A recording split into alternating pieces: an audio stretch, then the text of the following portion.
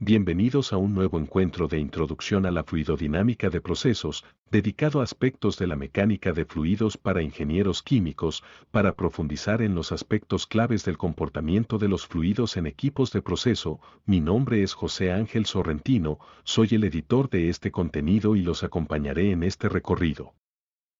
El aspecto que veremos en esta oportunidad corresponde al tema, formulación macroscópica de los principios de conservación, y en particular estudiaremos los contenidos asociados al principio de conservación de la energía, llamado en mecánica de fluidos, la ecuación de la energía mecánica. Los principios de conservación, para un sistema de masa constante, se pueden escribir de una manera análoga, que indica cómo varía la entidad que se conserva dentro del sistema. En el caso de la energía, se trata de la primera ley de la termodinámica, que postula que el cambio de energía de una masa constante equivale al calor neto de entrada más el trabajo neto de entrada, o, escrito en términos de flujo, la acumulación de energía en el sistema equivale a la suma del flujo neto de calor que entra y el flujo neto de trabajo que entra, o potencia neta de entrada. Ya hemos visto, al desarrollar el teorema del transporte de Reynolds, que la acumulación en el volumen de control de la entidad que se conserva más su flujo neto de salida a través de la superficie de control es igual a su flujo neto de entrada no convectivo. Al usar la variable genérica B y su correspondiente variable específica, beta, el valor de beta es energía específica para la energía y el flujo neto no convectivo es flujo de calor más flujo de trabajo. La aplicación del teorema del transporte de Reynolds a la conservación de la energía conduce a que la acumulación de la energía en el volumen de control más el flujo neto convectivo de salida de energía es igual al flujo neto de calor y de trabajo que entran. La ecuación de la energía también puede escribirse en la forma conocida como ecuación de variación, que aísla en el lado izquierdo la acumulación de energía en el volumen de control y la iguala a todos los flujos netos de entrada, por una parte, el flujo neto de entrada convectiva de energía, el primer término de la derecha, y por la otra, el flujo neto de entrada no convectiva de energía, que son los flujos netos de entrada de calor y de trabajo. Hasta ahora, no se ha hecho ninguna suposición que condicione el tamaño del volumen de control. De hecho, en este segmento aplicaremos los resultados del teorema del transporte de Reynolds a lo que llamaremos un volumen de control macroscópico, como el representado a la derecha, mientras que en otro segmento lo haremos con un volumen de control diferencial o microscópico. Cuando un principio de conservación se aplica a un equipo de proceso o en general a volúmenes finitos, se dice que se está usando la formulación macroscópica o integral. En las paredes, el flujo volumétrico es cero, por lo que no hay ningún flujo convectivo, ni de masa, ni de energía, ni de cantidad de movimiento, aunque en este caso nos enfocamos en que solo hay flujo convectivo de masa en las entradas y salidas. Regresemos al cálculo que hicimos del flujo volumétrico del fluido. Por la convención de signos asociada a la orientación del vector normal a la superficie, este flujo es positivo si el ángulo θ es menor de 90 grados, es decir, cuando el flujo sale, mientras que el flujo es negativo si el ángulo θ es mayor de 90 grados, es decir, cuando el flujo entra. En las paredes, lo que pasa con el flujo puede identificarse al analizar el producto escalar entre la velocidad y el vector normal, o bien se dice que, en las paredes la velocidad es perpendicular al vector normal, por lo que el coseno del ángulo vale 0 y el producto escalar vale 0, o puede aceptarse que en la pared la velocidad es 0, en ambos casos, el flujo a través de todas las superficies que constituyen las paredes es 0. Nada impide que en las tuberías o conductos de entrada y salida de los equipos, el área y la velocidad estén orientadas en modo arbitrario. El vector normal siempre será perpendicular a la superficie, pero la velocidad puede formar un ángulo con la normal. Para hacer la integral del flujo, deben considerarse los ángulos entre la velocidad y el vector normal. Esto es válido tanto para el flujo volumétrico como para el flujo másico y el flujo de energía, que son los flujos convectivos a través de la superficie de control. Sin embargo, es usual que dichas superficies sean perpendiculares a la dirección del flujo, por lo que el vector normal y el vector velocidad son paralelos y en consecuencia, el coseno del ángulo es 1 si el flujo sale y -1 si el flujo entra. De este modo, en cada superficie, de entrada o de salida, el flujo de energía convectivo es la integral de densidad por la energía específica por el módulo de la velocidad por el diferencial de área, positivo si sale, negativo si entra. Si en las superficies de salida o entrada la velocidad es perpendicular a la superficie, la integral en toda la superficie se convierte en la suma de integrales en las entradas y salidas, en otras palabras, el término de flujo convectivo neto de salida a través de la superficie se convierte en suma de flujos en las entradas y salidas.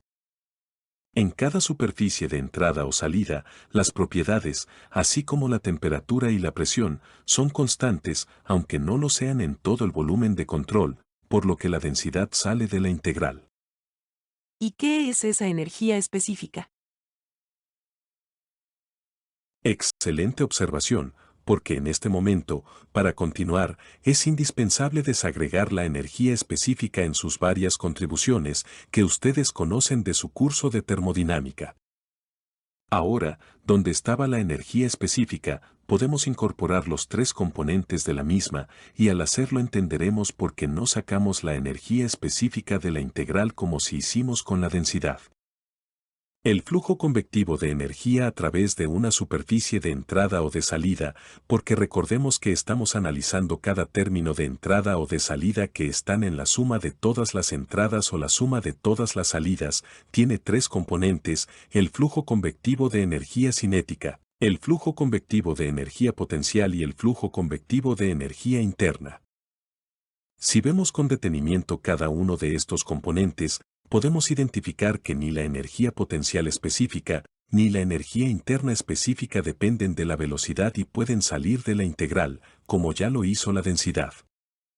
Vale la pena insistir en que no se trata de que la densidad o la energía potencial específica o la energía interna específica sean constante en todo el volumen de control. Recordemos que estamos analizando un término de la suma de todas las entradas o salidas, y es ahí, en esa entrada o salida, donde ellas permanecen constantes, pudiendo tener otro valor en otra entrada o en otra salida. En el caso de la energía cinética específica, el cuadrado de la velocidad propio de la energía cinética se combina con la velocidad que proviene del flujo volumétrico y aparece la velocidad al cubo. Lo más probable es que exista un perfil de velocidades, con una velocidad máxima en el centro de la tubería y velocidad cero en las paredes. En otras palabras, V sería función del radio y debe integrarse desde radio igual a 0 hasta radio igual al radio de la tubería. Igual que hicimos en el caso del flujo másico, usando el concepto de valor medio, podemos sustituir la integral en el área, por el valor medio multiplicado por el área. Aquí vemos definidos los valores medios tanto de la velocidad como del cubo de la velocidad. De este modo, podemos regresar a las expresiones que habíamos desarrollado para el flujo de energía cinética, el flujo de energía potencial y el flujo de energía interna en cada una de las entradas o salidas del volumen de control. En aras de hacer que las tres expresiones sean análogas, hemos incorporado en el término de energía cinética un coeficiente alfa sub k que permite colocar el cuadrado de la velocidad media y la velocidad media en lugar de la media de la velocidad al cubo.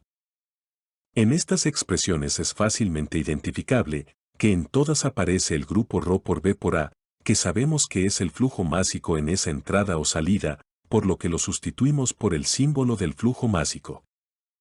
Ahora podemos regresar a la expresión del flujo neto de salida en toda la superficie de control, que ya habíamos convertido en la sumatoria de los flujos convectivos de energía que salen, menos la sumatoria de los flujos convectivos de energía que entran, y recordar que todo esto ha sido, hasta ahora, solamente trabajar sobre el término de flujo convectivo neto de salida. En esta expresión incorporamos una versión más compacta del término de acumulación en el volumen de control, donde, a pesar de que no esté explícita la integral de volumen, queda sobreentendido que en determinadas circunstancias puede ser necesario desarrollar la integral en base a la geometría del volumen de control. Vamos a desagregar el flujo de trabajo o potencia en una parte asociada a la potencia agregada al fluido o retirada del fluido por máquinas rotativas o de desplazamiento positivo, que se suele llamar potencia de eje, por el nombre shaft en inglés, y una potencia, que llamaremos de presión, asociada al trabajo de compresión que los flujos hacen para ingresar al volumen de control o al trabajo de tensión que los flujos hacen para salir del volumen de control. Si el trabajo de tensión-compresión es la presión por el volumen, la energía específica asociada es presión por volumen específico o también presión sobre densidad. El producto de la energía específica de presión por el flujo másico equivale a la potencia correspondiente. Este término existe en todas las entradas o salidas, por lo que el flujo total sería sumar todos los flujos que entran y restar todos los que salen. ¿Y dentro del volumen de control no hay fricción? Por supuesto, falta introducir en este análisis de los términos de la ecuación de la energía las pérdidas de energía por fricción. Hay quienes visualizan la fricción como energía disipada en forma de calor, mientras que otros la visualizan como trabajo perdido. En lo que hay completo acuerdo es que se trata de una energía que sale del volumen de control. Es irrelevante si es calor o trabajo, lo importante es que es un flujo de energía negativo, porque sale del volumen de control. Por conveniencia, vamos a denominar esa salida de energía con el símbolo del trabajo y añadimos el índice F, para indicar fricción. Al combinar los últimos comentarios, podemos decir que el flujo neto de entrada no convectiva de energía es la suma del flujo neto de calor que entra, más la potencia de eje neta de entrada, menos la potencia perdida por fricción, más la suma de todos los flujos de energía de presión en todas las entradas menos la suma de todos los correspondientes de las salidas. Es importante identificar la similitud de los términos asociados al trabajo de presión con los términos del flujo convectivo. De hecho, podemos decir que cada corriente de flujo, además de energía cinética, energía potencial y energía interna, contiene también energía de presión. Sabemos que en termodinámica la combinación de energía interna más energía de presión es llamada entalpía, pero en este contexto, donde como veremos, vamos a tratar muchos flujos como isotérmicos, vamos a preferir mantener la presión como efecto identificable. Ahora podemos combinar todos los términos que se aplican en las superficies de entradas y salidas del volumen de control y escribir todo lo que entra junto con las corrientes de flujo menos todo lo que acompaña a los flujos que salen. Finalmente, hemos combinado todos los desarrollos de los términos presentes en nuestra ecuación original, para obtener una expresión que nos señala que la acumulación de energía dentro del volumen de control es la suma de toda la energía que acompaña a los flujos de entrada menos la suma de toda la energía que acompaña a los flujos de salida más el flujo neto de entrada de calor más la potencia neta de entrada menos la potencia perdida por fricción. No está de más insistir en que la acumulación equivale entonces a la entrada neta convectiva de energía más la entrada neta no convectiva de energía. Vamos a simplificar esta ecuación general para varios casos de interés, el caso de un volumen de control cerrado, el caso de un volumen de control genérico, en estado estacionario y el caso que más nos interesará, un volumen de control de una sola entrada y una sola salida, en estado estacionario, pero isotérmico y sin adición o retiro de calor, donde no hay ni cambios de fase, ni reacciones químicas, en otras palabras sin procesos donde haya cambios importantes de energía interna.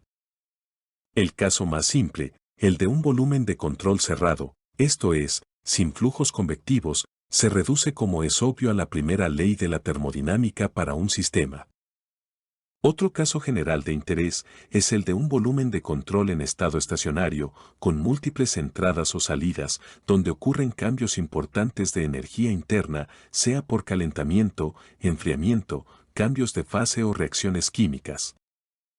Aunque este caso escapa al interés de un curso de mecánica de fluidos, baste con mencionar que para esta situación, los cambios de energía cinética y potencial son pequeños frente a los cambios de energía interna, por lo que el balance de energía termina siendo un balance de entalpía, puesto que la energía interna más la energía de presión se aglutinan en la propiedad termodinámica llamada entalpía. El caso que será más útil para la resolución de problemas de mecánica de fluidos y sobre todo de flujo en tuberías, es aquel donde impondremos condiciones muy específicas que sin embargo son muy comunes en este tipo de flujos. En primer lugar, escogemos un volumen de control con una sola entrada y una sola salida, Esto hace que la ecuación de continuidad nos lleve a que el flujo másico es constante y único, es decir, flujo másico 1 es igual a flujo másico 2. Llamemos punto 1 al punto aguas arriba y punto 2 al punto aguas abajo. El punto 1 está caracterizado por la presión P1, la cota Z1, el diámetro de 1, lo que implica un área A1 y una velocidad V1. Algo análogo sucede con el punto 2. Estamos imponiendo que no haya adición ni retiro de calor y llamaremos W.B a la potencia asociada a las partes móviles o rotativas, es decir, a la potencia de eje. El índice B está asociado a la palabra brake, que en inglés significa freno, por lo que hablaremos de potencia al freno. La disipación de energía por fricción la denotamos con W.F. Finalmente, impondremos la condición de que no haya acumulación, usualmente conocida como estado estacionario. Al imponer que no ocurren procesos que modifiquen sustancialmente la energía interna, es decir, el volumen de control es isotérmico, sin adición o retiro de calor, sin cambios de fase, ni reacciones químicas, el flujo de calor es cero y el término de energía interna desaparece de los flujos convectivos, no porque sea cero sino porque es el mismo en la entrada que en la salida. Reagrupando los términos, para que toda la energía que ingresa al volumen de control esté en el término de la izquierda y toda la energía que abandona el volumen de control esté en el término de la derecha, resulta que el flujo másico, por la energía específica en la entrada, más la entrada de potencia por bombas o turbinas, es igual al flujo másico, por la energía específica en la salida, más las pérdidas de potencia por fricción. Para este volumen de control con una sola entrada y una sola salida, el flujo másico es único, por lo que la ecuación de la energía, convertida ahora en un balance de energía mecánica, pues se han suprimido los términos asociados a los cambios térmicos y a la adición o retiro de calor, se puede escribir no como flujo de energía, sino como energía específica, dividiendo por el flujo másico. De esta manera, la energía específica total en la entrada, más la energía específica añadida, es igual a la energía específica total en la salida, más la energía específica disipada por fricción. La energía específica total se descompone en una contribución inercial o asociada a la energía cinética, una contribución asociada a la elevación o energía potencial, y una contribución asociada a la presión o a la energía de flujo. La potencia añadida por los equipos rotativos o potencia de eje, que estamos llamando potencia al freno, dividida por el flujo másico, se convierte en la energía específica añadida a cada kilogramo de masa circulando y será positiva cuando se trate de bombas o compresores, mientras que será negativa cuando se trate de expansores o turbinas. Por su parte, la potencia disipada por fricción, dividida por el flujo másico, se convierte en la energía específica disipada por fricción. Si cada término de la ecuación anterior, con dimensiones de energía específica, se le multiplica por la densidad del fluido circulante, se obtienen términos que poseen dimensiones de presión. Tenemos entonces, tanto en la entrada como en la salida, una contribución inercial o de energía cinética, una contribución de elevación o de energía potencial, y una contribución por energía de presión.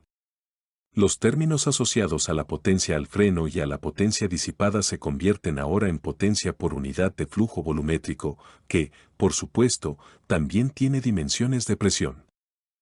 Si cada término de la ecuación con dimensiones de energía específica se divide por la aceleración de gravedad, o lo que es lo mismo, cada término de la ecuación con dimensiones de presión se divide por el peso específico, se obtienen términos con dimensión de longitud, que ya nos aparecieron cuando estudiamos la estática de fluidos, y los denominamos carga o cabezal, por su nombre en inglés.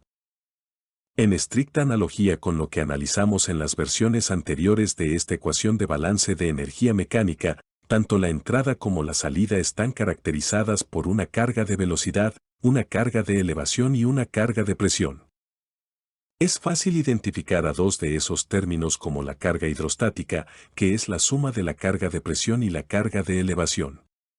Por su parte, la carga de velocidad viene a ser una carga dinámica. La carga total en un punto, sea este entrada, salida o un punto intermedio, es la suma de la carga dinámica y la carga hidrostática. pero yo encontré en Internet algo muy parecido y la llaman la ecuación de Bernoulli. A mí también me pasó. Bueno, en primer lugar, felicitaciones por documentarse en Internet, pero como es sabido, hay que tener cuidado con las fuentes. Es cierto que muchas veces es posible encontrar situaciones en las cuales, para referirse a hacer un balance de energía mecánica entre dos puntos, se dice vamos a hacer un Bernoulli entre 1 y 2. Daniel Bernoulli fue uno de los primeros matemáticos que realizó estudios de hidrodinámica, siendo precisamente el quien dio nombre a esta rama de la física con su obra de 1738, Hidrodinámica, donde publicó lo que más tarde sería conocido como el principio de Bernoulli, que describe el comportamiento de un fluido al moverse a lo largo de un tubo de corriente, comparando la cantidad de movimiento a la entrada y a la salida del tubo, suponiendo un fluido sin fricción. Si el principio se aplica entre dos puntos como los mostrados, el punto 2 está a una cota más baja que el punto 1 y su diámetro es menor, por lo que se incrementa la velocidad y se reduce la presión. En consecuencia, todo cambio en los términos asociados a elevación y velocidad debe compensarse con el correspondiente cambio en los términos de presión. Esa ecuación postula que todo cambio en la carga hidrostática de un fluido en movimiento debe ser compensado por un cambio análogo de la carga de velocidad, de modo que la carga total hidrostática más dinámica sea constante. En otras palabras, que la suma de la carga de presión más la carga de elevación más la carga de velocidad sea constante. El gran parecido con la ecuación desarrollada aquí para el balance de energía mecánica entre dos puntos es evidente. Escapa al objeto de este segmento, pero gracias a la pregunta de sus compañeros vale la pena mencionarlo. Se puede demostrar que al multiplicar la ecuación vectorial de la cantidad de movimiento por el vector posición, se obtiene el balance de energía mecánica. En otras palabras, el balance de cantidad de movimiento y el balance de energía mecánica son dependientes. Pueden revisar el libro de Beer de Fenómenos de Transporte para más detalles. Pero evidentemente, la diferencia entre los dos resultados es que la ecuación de Bernoulli no considera adición o remoción de energía, ni considera la fricción. En resumen, el balance de energía mecánica entre dos puntos se puede expresar mediante tres versiones equivalentes, bien sea en forma de presiones, en forma de energías específicas o en forma de cargas, también llamadas cabezales.